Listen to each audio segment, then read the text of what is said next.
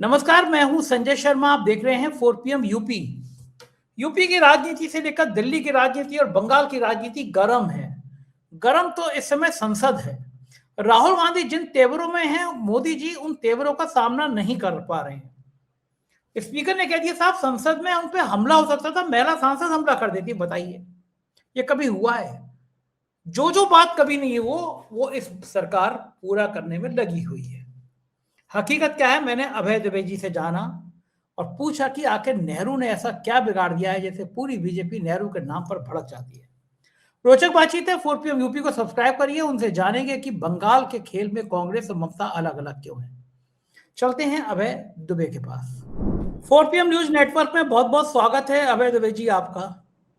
कमाल है, पार्लियामेंट जो है, संसद है, सबसे बड़ा मंदिर होता है लोकतंत्र का, जहां जो भी सांसद चुन के जानता जाता है वो हम सबका भाग विधाता होता है। वो बताता है कि देश चलेगा कैसे, कानून कैसे चलेंगे, सिस्टम कैसे चलेगा, कहाँ किस विभाग को कितना पैसा मिलेगा, सब कुछ वो तय करता है। कोई सांसद प्रधानमंत्री पर हमला करेगा पार्लियामेंट के अंदर, ये बात कल्पना से भी परे है। हो ही नहीं सकता, मैं मान ही नहीं सकता कि कोई सांसद इस हद तक मानसिक कुबुद्धि का हो जाए कि वो जाके प्रधानमंत्री पर हमला कर दे।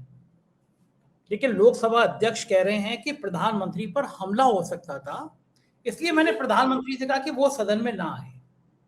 दरअसल कल सुबह जब राहुल गांधी ने कह दिया कि मुझे लग रहा है कि प्रधानमंत्री आएंगे नहीं संसद में, और उसके बाद वो नहीं आए, तो बहुत मजाक उड़ी कि राहुल गांधी ने पहले कह दिया वो नहीं आए। बताना मोदी जी को चाहिए था। लेकिन सफाई दी स्पीकर ने कि महिला कांग्रेस के विपक्ष की जो महिला सांसद थी, मोदी जी जहां बैठते वहां तक ऐसे आगे आ गई थी कि लग रहा था कि महिलाओं को आगे करके हमला किया जाएगा। और ये बात तिवारी जी ने, सांसद मनोज तिवारी ने कही। प्रियंका गांधी ने कहा महिलाओं से इतना डर लग रहा है, अभी 10% है, 33% हो जाएंगी तो पता चलेगा। लेकिन स्पीकर का ये कहना कि संसद में प्रधानमंत्री पर हमला हो सकता था इसलिए वो नहीं आए, तो ये बात तो हमेशा जारी रहेगी। जिसको आज हमला करना है वो 2 दिन बाद भी करेगा, वो 10 दिन बाद भी करेगा, अगला सत्र चलेगा तब करेगा। तो प्रधानमंत्री जी क्या आएंगे नहीं? क्या लग रहा है ये जो स्क्रिप्ट लिखी गई है वो बड़ी झोल वाली स्क्रिप्ट है, और इससे मजाक किसकी उड़ेगी? स्पीकर की उड़ेगी या खुद प्रधानमंत्री की उड़ेगी कि महिलाएं उन पे क्यों हमला करने लगेंगी? ऐसा क्या प्रधानमंत्री जी ने किसी की भैंस खोल ली है? वो भले ही कहते रहे मुसलमान भैंस खोल के ले जाएंगे, लेकिन उन्होंने तो किसी की भैंस नहीं खोली है। तो ये सब नाटक किया क्यों गया?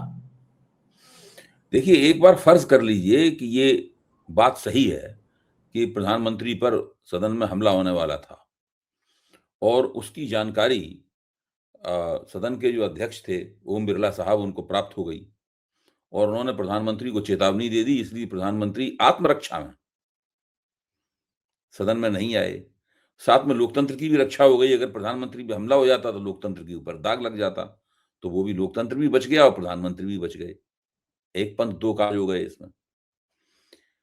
तो जब ओम बिरला साहब को पता है और वो उन महिला सांसद को भी जानते हैं जिनको आगे करके प्रधानमंत्री के ऊपर हमला किया जाना था, उन्हें पूरी साजिश का पता है, पूरी कॉन्स्पिरेसी का पता है, तो क्या केवल वो बयान देके ही रह जाएंगे?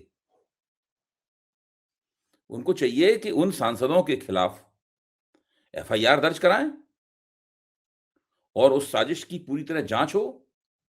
उसके लिए एक एसआईटी गठित की जाए। वो लोकसभा अध्यक्ष हैं, सदन के अंदर उन्हीं का शासन चलता है। वो एक एसआईटी गठित करें, योग्य और काबिल पुलिस अफसरों की, सदन के कुछ अधिकारियों के साथ में मिलकर, और इस साजिश की बाकायदा, इस साजिश के जर्रे-जर्रे की, इस साजिश के एक-एक परत की जांच हो और सारे देश के सामने उसका खुलासा किया जाए। भाई, प्रधानमंत्री को अगर आतंकवादियों से खतरा है, प्रधानमंत्री को अगर अपराधियों से खतरा है, प्रधानमंत्री को अगर देश विरोधी शक्तियों से खतरा है, तो वो एक अलग सीन बनता है। लेकिन प्रधानमंत्री को अगर सदन के अंदर सांसदों से खतरा है, तो फिर वो कुछ और ही बात बनती है। वो तो ऐतिहासिक बात है। ऐसा दुनिया के किसी भी लोकतंत्र में आज तक, किसी भी संसद में, किसी भी विधानसभा में आज तक कभी हुआ नहीं है। किसी ने किसी के खिलाफ कभी रपट नहीं लिखाई। अच्छा, दूसरे, जब प्रधानमंत्री को जिस दिन भाषण देना था उस दिन वो नहीं आए भाषण देने के लिए। अच्छा, उस दिन तो ये बात कही नहीं गई। जब प्रधानमंत्री के ऊपर छींटाकशी शुरू हो गई इस बात को लेकर, और ये आई कि प्रधानमंत्री के पास कहने के लिए कुछ नहीं है और ये नहीं आए सदन में, और वो ये तक राहुल गांधी ने कह दिया कि मुझे पता है कि वो आके कुछ नहीं बोलेंगे, उनके पास है ही नहीं कुछ बोलने के लिए। उसके बाद में भाजपा इस तिकड़म को लेके आई। ये दूसरा पक्ष है मेरे विश्लेषण का। पहला पक्ष तो वो है कि फर्ज कीजिए ये सही है, और दूसरा पक्ष ये है, उसके बाद प्रधानमंत्री सदन में नहीं आए, उसको एक सनसनीखेज मोड़ देने के लिए इस प्रकार की बातें की जा रही हैं। और इस प्रकार की बातें कह के जो लोकसभा अध्यक्ष हैं वो पतली गली से नहीं निकल सकते। उनको कुछ ना कुछ इसके ऊपर कार्रवाई तो करनी होगी। सदन के भीतर ही कोई जांच करवा लें, या सदन की कोई स्टैंडिंग कमेटी इस पे गठित करवा दें कि भाई प्रधानमंत्री की सुरक्षा सदन के भीतर कैसे की जाए, इसके लिए सुझाव मंगाए जाएं। भविष्य में ऐसा ना हो, वरना प्रधानमंत्री तो अपनी सुरक्षा के डर से आएंगे नहीं सदन में, लोकतंत्र की बड़ी दिक्कत हो जाएगी फिर तो। सही बात है, वो आएंगे नहीं, डरेंगे तो। प्रधानमंत्री की विशेष सुरक्षा हो जाए, उनके आसपास कुछ मार्शल्स नियुक्त कर दिए जाएं, कुछ तो हो। प्रधानमंत्री मार्शलों की सुरक्षा में बैठें और उसी के अंदर से बोलें और सदन की कार्रवाई में हिस्सा लें। अगर वो कुछ भी नहीं करेंगे और विपक्ष के ऊपर आरोप लगाएंगे, तो उनका आरोप या तो एक छिछला आरोप होगा और फिर उसका मजाक भी उड़ाया जाएगा। ये भारतीय जनता पार्टी वाले क्या समझते हैं भाई?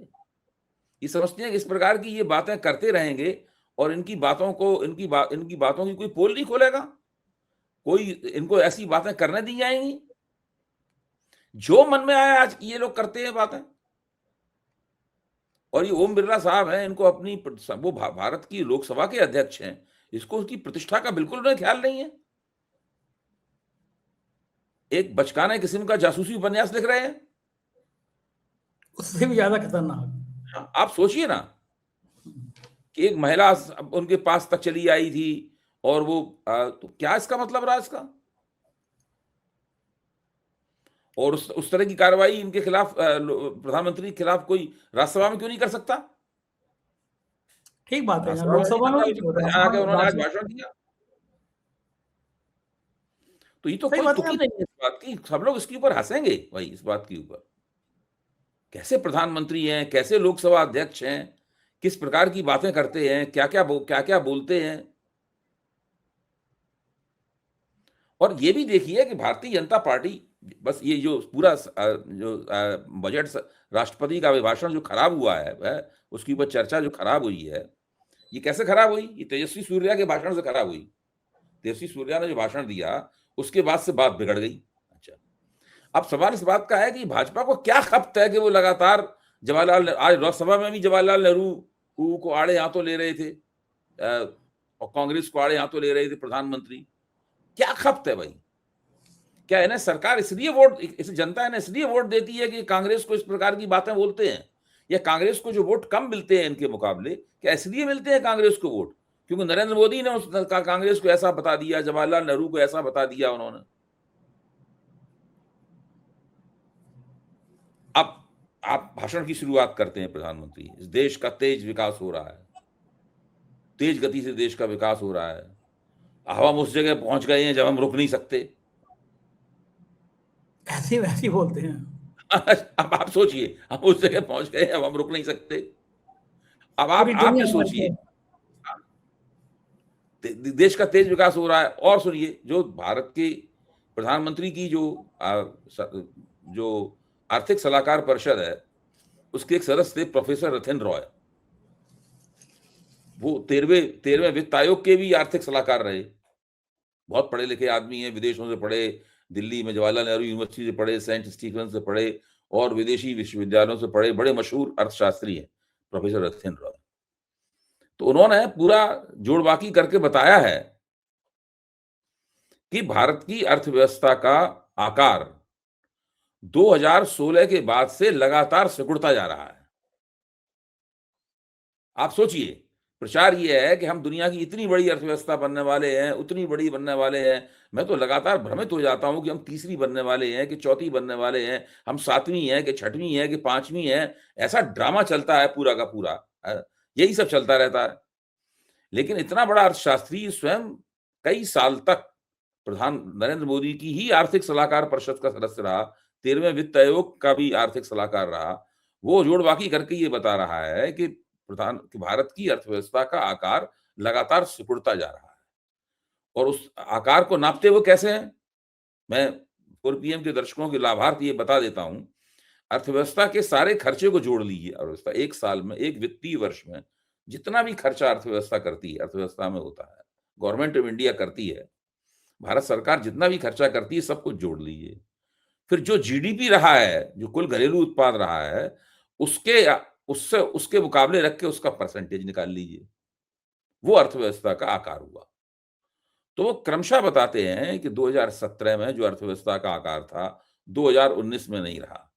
फिर 2021 में कोविड जब आ गया, तो थोड़ा सरकार ने बड़े पैमाने पर खर्चा किया, अर्थव्यवस्था का आकार थोड़ा बढ़ा, लेकिन उसके बाद वो टिक नहीं पाया और उसके बाद से लगातार गिर रहा है।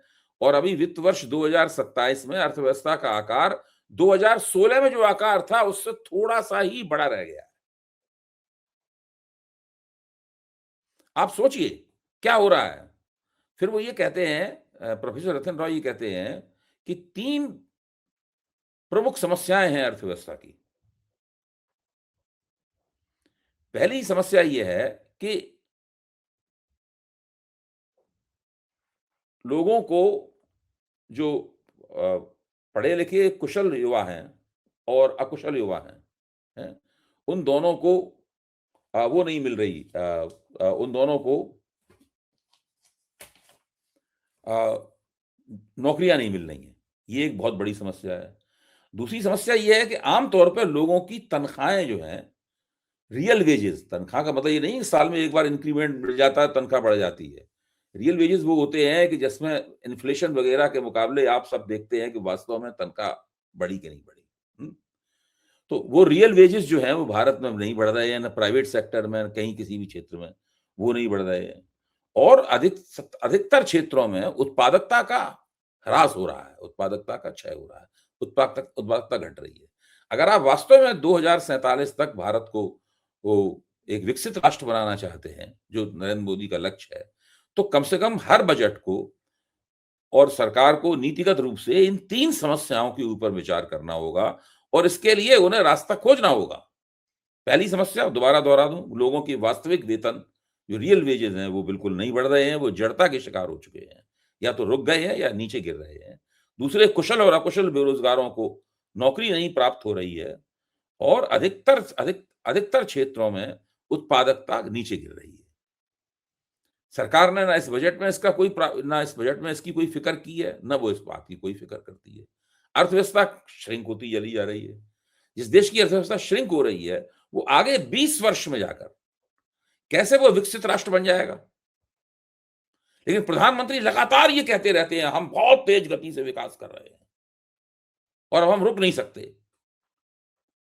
तो ये सब जो होता रहता है, लगातार आप झूठ बोल रहे हैं, लगातार गुलाबी तस्वीर आप कर रहे हैं। अब झूठ की स्थिति ये आ गई है कि लोकसभा अध्यक्ष, प्रधानमंत्री सब मिलके झूठ बोल रहे हैं।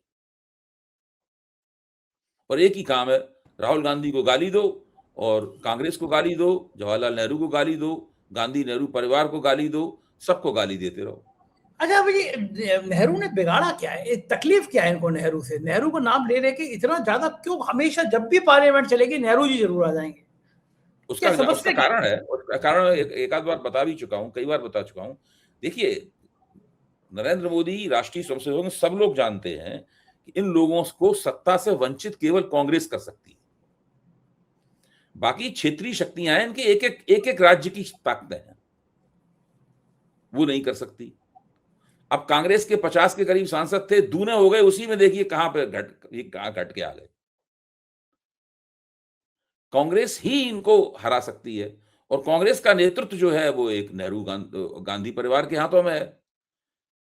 गांधी परिवार के पहले नेता थे वो जवाहरलाल नेहरू थे, जो कि बहुत लंबे अरसे तक देश के प्रधानमंत्री रहे। उनको श्रेय दिया जाता है कि उन्होंने भारतीय लोकतंत्र की नींव रखी और राष्ट्र निर्माण की प्रक्रिया को बहुत ही शुरुआती दौर में संकट के समय था, उसको उन्होंने बहुत आगे बढ़ाया। उनका बड़ा सम्मान है राष्ट्रीय अंतर्राष्ट्रीय स्तर पर उनकी मृत्यु के बाद भी। तो वो सोचते हैं कि जब हम इनके ऊपर हमला करेंगे, तो ही हम केवल अपनी सत्ता को सुरक्षित रख सकते हैं। इसलिए कांग्रेस पे हमला करना और नेहरू गांधी परिवार पे हमला करना इनकी प्रमुख नीति है। इनके खिलाफ वो एक नैरेटिव हमेशा चलाते रहते हैं। बाकी बाकी लोगों के खिलाफ भी चलाते हैं नैरेटिव, लेकिन वो जानते हैं कि वही वो पूरी की पूरी सीट भी जीत जाएंगे अपने प्रांत में तो भाजपा को नहीं हरा पाएंगे। भाई कांग्रेस की 100 सीटें हो गई हैं, अब कल्पना कीजिए कांग्रेस की अगले चुनाव में 50 सीटें और बढ़ जाती हैं, तो 50 सीटें कहां से आएंगी? वो क्षेत्रीय ताकतों से ना आएंगी, वो तो बीजेपी के खाते से आएंगी 50 सीटें। तो बीजेपी आज जो 240 है वो घट के 190 पे आ जाएगी और सत्ता से बाहर हो जाएगी। यही यही कारण है कि वो राहुल गांधी पे इतना, कारण तो यही है। अरे हाँ। जिस तरह राहुल गांधी ने ये इस बार चीन का मुद्दा उठाया है, सेना प्रमुख की किताब के हवाले से उठाया है, आपको क्या लगता है जो बीजेपी का कोर वोट बैंक है, जो प्रबल समर्थक है, उसके मन में इसका असर होगा? देखिए कोर वोट बैंक जो है, कोर वोट बैंक पे शायद इसका असर इतना ना हो। कोर वोट बैंक 2-3 ऐसी घटनाएं हुई हैं जिनकी वजह से कोर वोट बैंक भाजपा से थोड़ा बिदका है।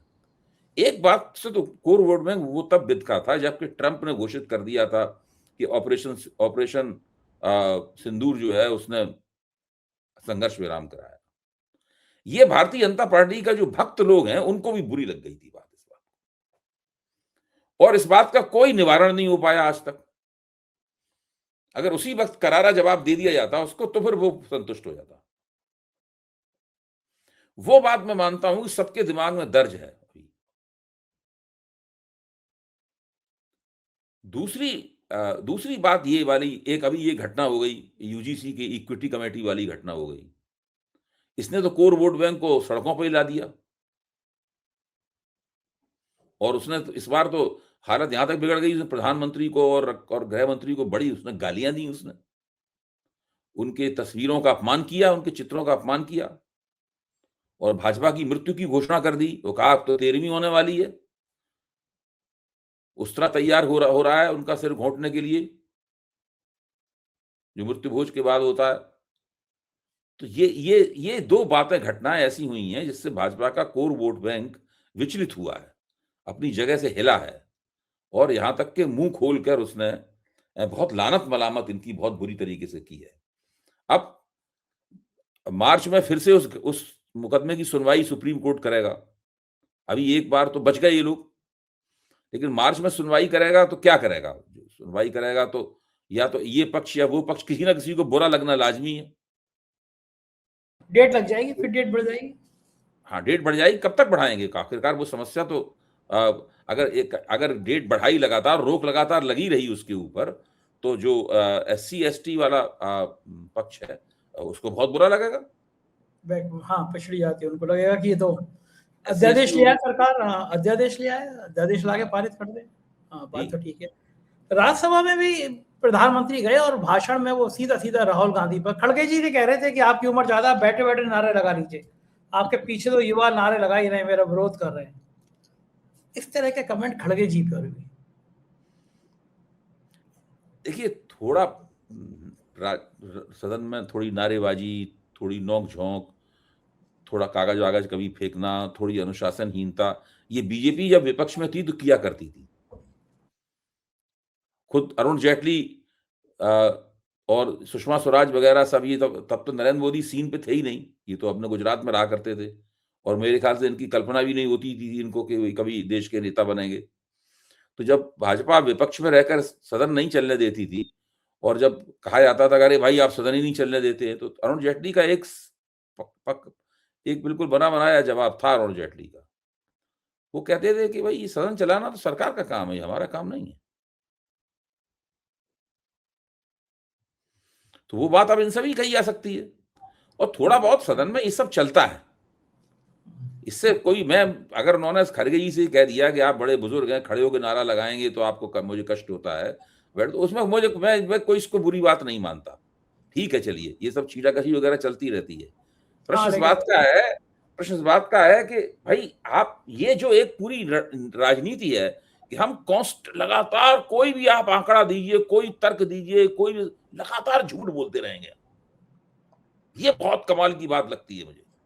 देखिए सब सरकारें कुछ ना कुछ, मैं ये नहीं कहता इससे पहले वाली सरकारें हमेशा सच्चाई बोलती थी। इंदिरा गांधी भी कहती थी गरीबी हटाएंगे, हम गरीबी हटा रहे हैं, नहीं हटाती थी गरीबी, वो भी जानती थी कि झूठ बोल रही है, मतलब वो भी एक झूठ था एक तरह का। तो बहुत सी सरकारें बहुत से झूठ बोलती हैं, लेकिन इस सरकार ने सारी सीमाएं उसकी त्याग दी। बिल्कुल ठीक कह रहे हैं, एकदम ठीक कह रहे हैं। इधर एक बड़ा राजनीतिक फैसला कांग्रेस ने कहा है कि हम बंगाल में अकेले चुनाव लड़ेंगे। ममता बनर्जी मोर्चा संभाल रही है एसआईआर का, और उन्होंने कह दिया कि हम अकेले लड़ेंगे। मेरे ख्याल से बीएमसी का चुनाव अकेले लड़के नुकसान हुआ। अगर उद्धव राज और कांग्रेस महाराष्ट्र में लड़ते अकेले, ना लड़के एक साथ लड़ते, तो शायद नतीजे कुछ और आते।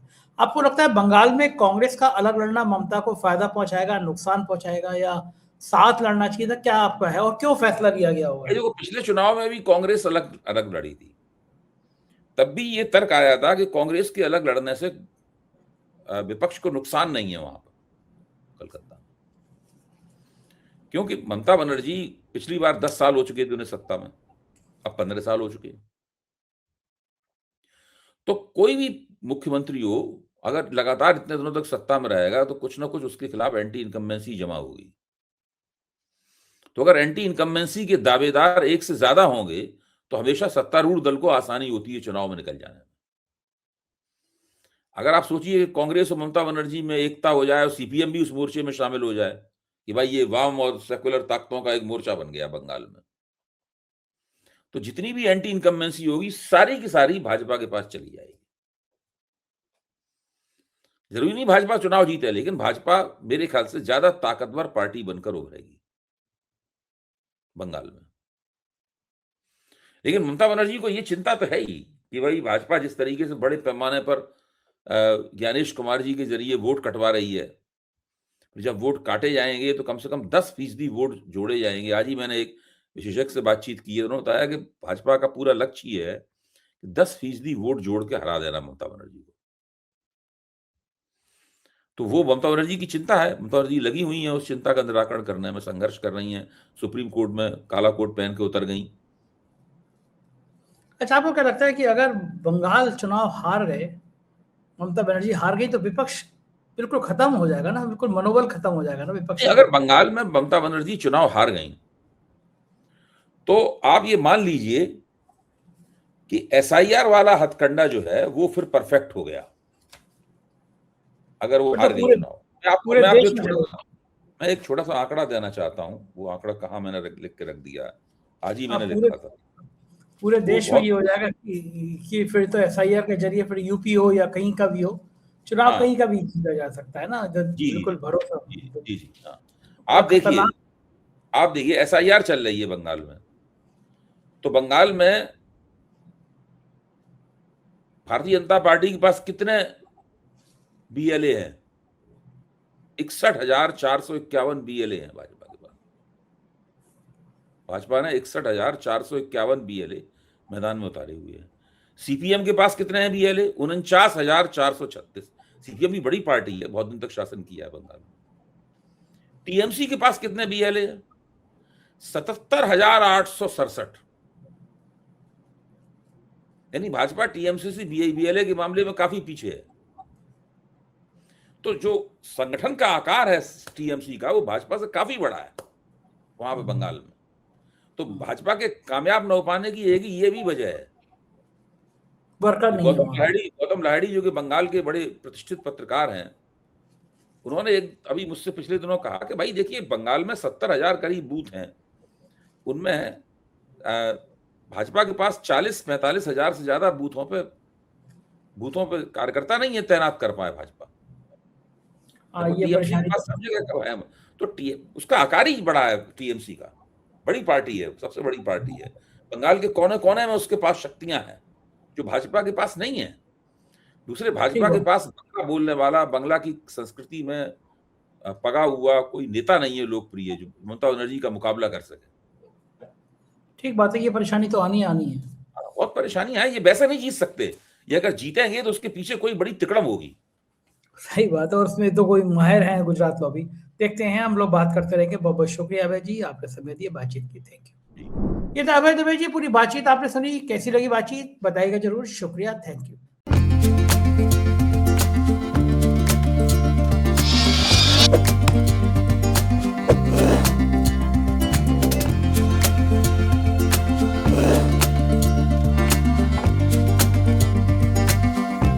धन्यवाद।